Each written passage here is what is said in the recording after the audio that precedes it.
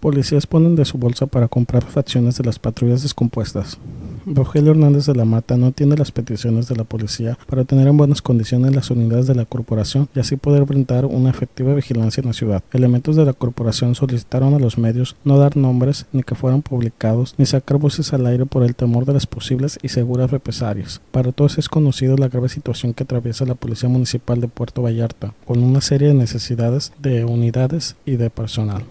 Pero cuando del discurso se pasan a los hechos, la realidad surge a cualquier postura oficial. El domingo a mediodía una camioneta bastante maltratada por el uso diario de 9 elementos agrupados en 3 brigadas se descompuso. La unidad con el número PB166, la cual una grave falla mecánica, quedó varada en el conjunto Villas del Río. La policía estaba en servicio, armados y uniformados la tuvieron que hacer de mecánicos. Actualmente el gobierno de Movimiento Ciudadano no cuenta con una unidad especializada de taller municipal para ayudar a los empleados de cualquier dependencia en el momento que se descompongan las unidades. Lo peor del caso es que en el caso de los policías, ellos deben comprar las refacciones del precio que sea. Tienen que ir a conseguirlas, pagarlas, instalarlas y ese dinero no lo recuperan. No lo recuperan metiendo las facturas. Son recursos tirados a la basura. Son 3 los turnos de policías quienes usan esta unidad, cada uno con 3 elementos. Los gastos se dividen entre 9 personas, pero no recuperan lo que dan para las refacciones. Meter las facturas ni pensarlo. La tesorería no paga nada, no acepta bajo ningún argumento de que no hay recursos económicos.